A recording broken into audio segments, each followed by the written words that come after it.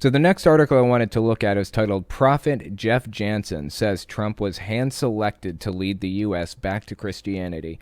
Election is literally good versus evil. So you guys may remember this guy. I talked about him recently, Jeff Jansen. He is who I have dubbed the Snazzy Pastor, because he is snazzy as fuck. Does not get more snazzy than this, honestly. Love the hair, love the glasses, love the AirPods. Doesn't get snazzier. Turns out he's a fucking monster, though. So we talked about this guy last week, and I wanted to just kind of go back to the clip just for a minute or two, and then we're going to take a look at a new clip. So let's watch this one and see what he had to say. He put a hand on a Bible, said the right words, and now people say, okay, now he's our president. Now we have to pray for our president. No, he's not our president. He is not, nor will he ever be. And this, everybody knows there was a red tidal wave. There was a Red Sea moment, which is a red tidal wave. And I feel like he's kind of repeating himself here, but who am I to nitpick? quite frankly, America voted in Donald J. Trump. President Trump is president. We will be rejoicing in the streets by March, April, May, June. There's going to be an amazing turnaround. You just watch what happens. And the world will rejoice. Not just America, the world will rejoice because of this exposure.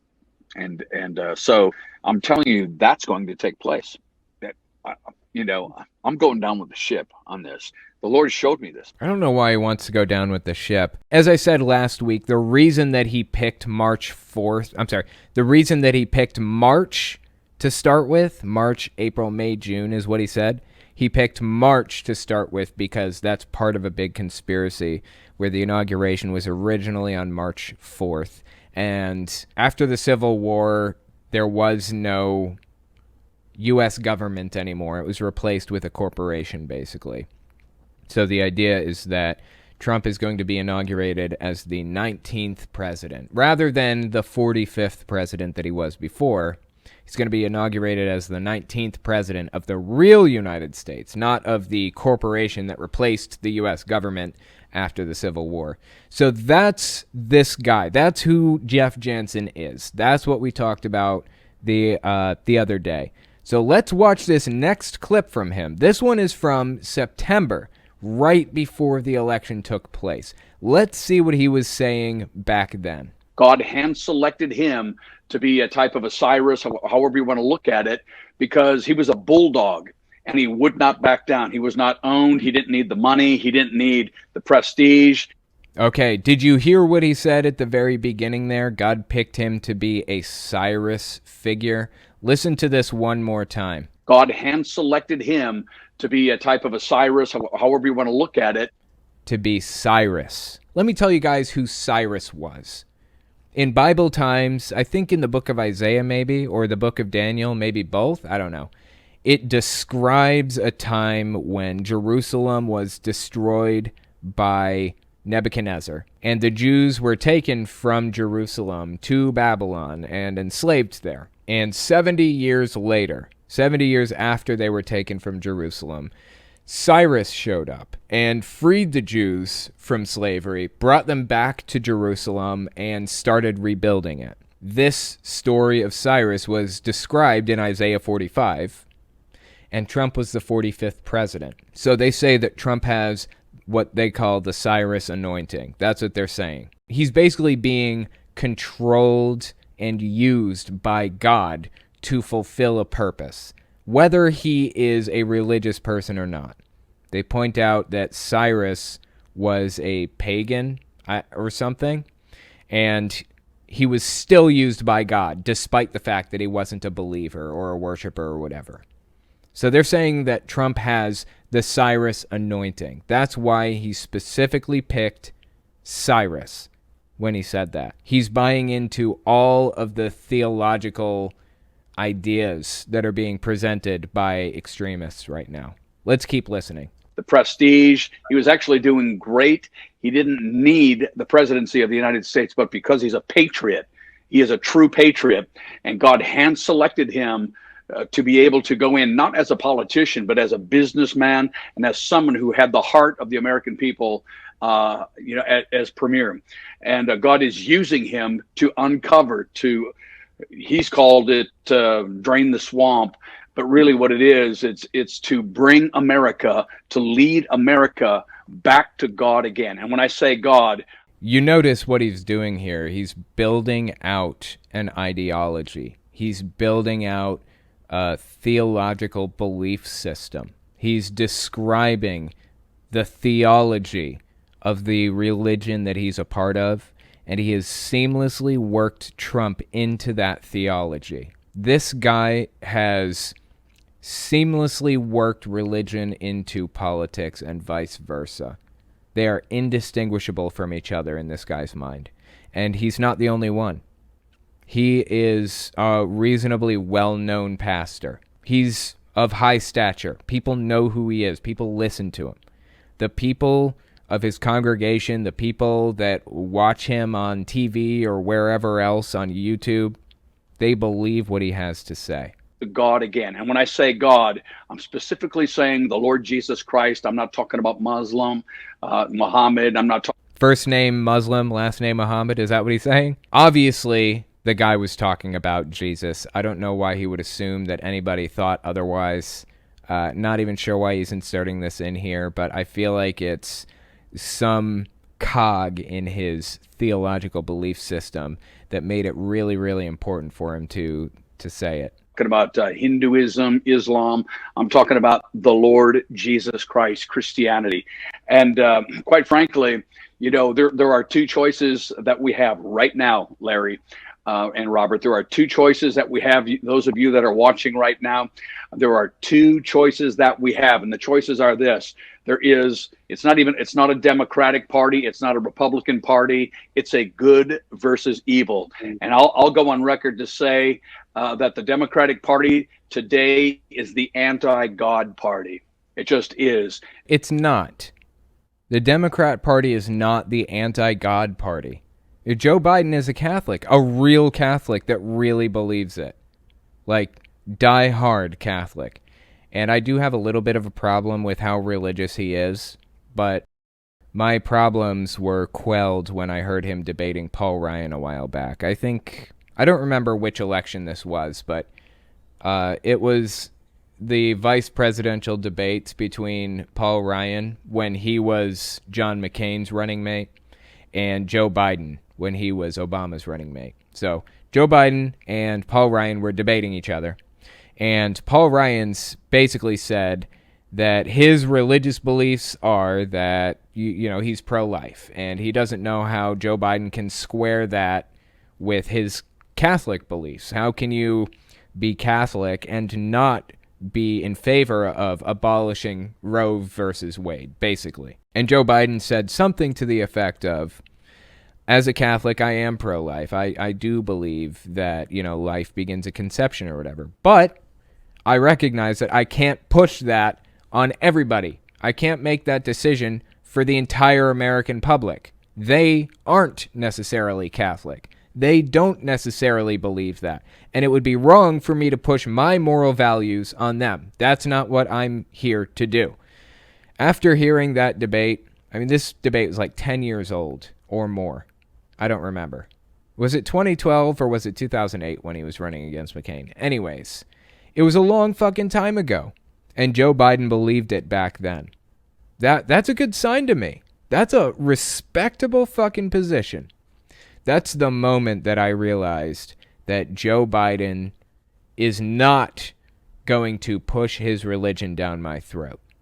And that's when, as an atheist, I became okay with having him as president. There are other issues aside from that.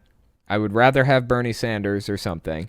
I would rather have somebody a lot more progressive who's more willing to take big steps to push big reforms through. I feel like Joe Biden is largely kind of a middle-of-the-road kind of guy.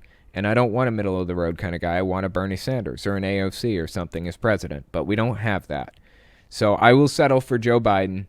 That's okay with me because I know he's not going to cram his personal moral values down my throat. might get, a lot of hate mail, a lot of hate comments. I really don't care. Why would he get hate comments? The only fucking people listening to this guy are his followers. Like, who else is listening to him other than us? Just is. And I might get, a lot of hate mail, a lot of hate comments. I really don't care. This is not democratic. He's saying that in an effort to portray himself as a martyr. He wants to show how valiant and noble and honest he is. I know I'm going to be persecuted for my beliefs, but I'm going to say it anyways. I'm going to be who I am, whether they like that or not. It's just this persecution complex thing rearing its ugly head again. This is not Republican. This is good versus evil. The Democratic Party of today is anti-God. They want to pull God out of the Star-Spangled Banner. They want to pull it out of all of our context. Pull it out of our context? What does that even mean? They want to pull it out of our context. I don't understand. But aside from that, I think he said they want to pull it out of the Star-Spangled Banner. Is God in the Star-Spangled Banner? I honestly don't know. Let's pull up the lyrics to the Star-Spangled Banner, shall we? While I'm thinking about it, why don't we just read the Star-Spangled Banner, shall we? I mean, it's been a while since I've taken a look at this. There's actually a missing verse from this. I don't know if you guys knew that. There is a missing verse from the Star-Spangled Banner. Let's read the verse that was missing and see what it said. I'm not going to sing it. I'm no good at singing. I'll try to say it in a rhythmic pattern. How's that? And where is that band who so vauntingly swore that the havoc of war and the battle's confusion, a home and a country should leave us no more? Their blood has washed out their foul footsteps' pollution. No refuge could save the hireling and slave from the terror of flight or the gloom of the grave. There is actual mention of slaves in the Star-Spangled Banner, but it was removed. It was kind of washed out and forgotten about because they didn't want that coming up every time they have kids sing the national anthem in a really culty way in school. So they've already removed things from the Star-Spangled Banner. But this guy is sitting here crying that they're going to remove God. Is God even in this? No, God's not even mentioned. God's not even mentioned in the Star-Spangled Banner. What is he fucking talking about? There's no mention of God in the Star-Spangled Banner. Let's keep listening. All of our context, and they are anti-Christian. They are anti-God. They are destruction of the family with homosexual marriage. And look, I understand that these are people, but these are also the issues of the day. And they are everything about anti-God, where on the other hand, President Trump is fighting for our freedom. And it's not even so much about President Trump. We don't have an option anymore. There is no Republican, Democratic. I love it how he builds this narrative about how evil the Democrat Party is, right? Just completely sick and evil and depraved. Nothing good about the Democrat Party. And then he says, on the other hand, there's President Trump. And he knows that probably... his audience is probably going to be divided on this. There will be some people in there who don't like Trump, naturally. Like, that tends to be the case. He's a very polarizing figure. His audience will be very friendly to Trump for the most part, but there will be some people in the audience who don't like him. So he hedges his bets by saying, on the other side, there's President Trump. And then he says... fighting for our freedom. And it's not even so much about President Trump. So he says... Trump is fighting for our freedoms. That brings in the people who are pro-Trump. And then he says, but it's not even all about Trump. And he brings in the people who are anti-Trump. He's trying to unite his audience with this. That's the nature of propaganda. That's how it works. We don't have an option anymore. There is no Republican, Democratic option. This is literally good versus evil. See, this is propaganda. He's trying to draw a distinct line and say that one side is evil, and the other side is Trump. You can either vote for evil, or you can vote for Trump. Let's read the article that goes with it. This is on rightwingwatch.org, written by Kyle Mintila. Jeff Jensen, a self-proclaimed prophet who leads Global Fire Ministries International in Murfreesboro, Tennessee, appeared on the Destiny Image YouTube channel Friday, where he declared that the choice in the upcoming election is literally good versus evil. I know I don't need to say this to my audience. I know you guys know this, but this good versus evil mentality, nothing but toxic, and it's even on the BITE model, the model we use to determine if something is a cult or not. Good versus evil, us versus them mentality, a black and white mentality. It is a hallmark of a cult. That is how you create one, is by inspiring this type of mentality in people. Not to be outdone by fellow Trump-loving right-wing pastor Robert Henderson, who on the same program compared the election to the 9/11 terror attacks, Jansen asserted that President Donald Trump has been hand-selected by God to lead America to Jesus Christ, and that the Democratic Party is anti-God and fundamentally evil. There is something really disturbing happening with the people in this country. Like, how do we solve these problems? This is a problem that's going to follow us until it's solved. These people are buying into conspiracy theories and on a large scale are forming out a cult in front of our eyes. How do we solve this problem?